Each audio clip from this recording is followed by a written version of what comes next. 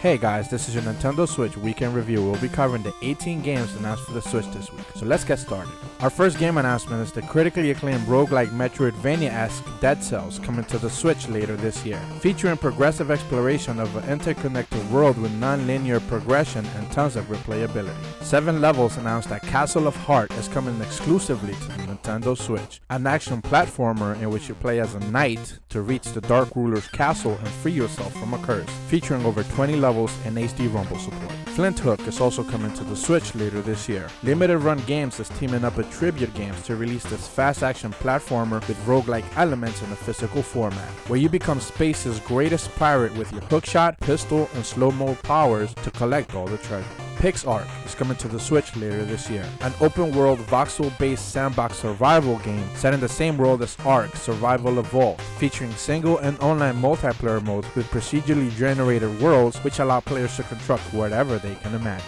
Earth Wars was announced and released on the Nintendo Switch eShop on January 26th for $5. A fast-paced post-apocalyptic wasteland action RPG that's bogged down a bit by repetition and difficulty spikes, but with tons of depth in this relatively short playthrough of about 3 hours. Camo 101 announced that Those Who Remain is coming to the Switch, a psychological thriller that takes place in Dormont, a small town in the USA, that's cursed by a demon who shrouded everything in darkness. You play as Edward Turner, who will have to survive by staying near the light as creatures in weird portals appear before you. Badass Hero is also coming to the Switch. This is a roguelite action platformer set in the comic world universe. Experience fast-paced and hit-and-run gameplay and never do the same thing twice, thanks to procedurally generated levels and random items. 7 Billion Humans is also coming to the Switch. You'll lead swarms of office workers to solve puzzles inside your very own parallel computer made of people. This game is officially described as the follow-up to Human Resource Machine. Assault Gunners HD Edition is also coming to the Switch. A new rating for this remake appeared in Taiwan and Australia earlier this week in their respective databases. This will be a remake of the original PlayStation Vita game released back in 2012. Flero Games announced that Abysia Realm is coming to the Switch. Originally a mobile game with over 800,000 active players, the Switch version will be redone exclusively for the console and featuring improved 3D visuals and more marine life than ever before.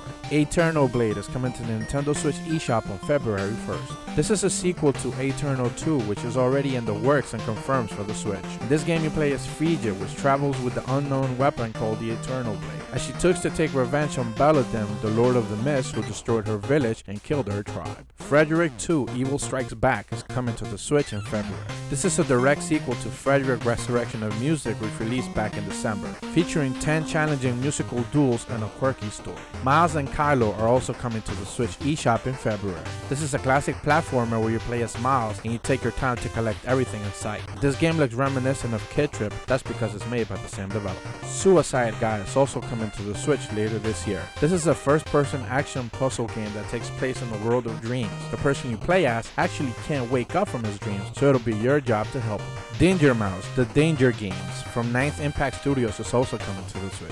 DM, Penfold, and Silas Greenback are back as they race around the streets of London in an effort to prove who's the fastest. This game was originally a mobile game. Melee is also coming to the Switch.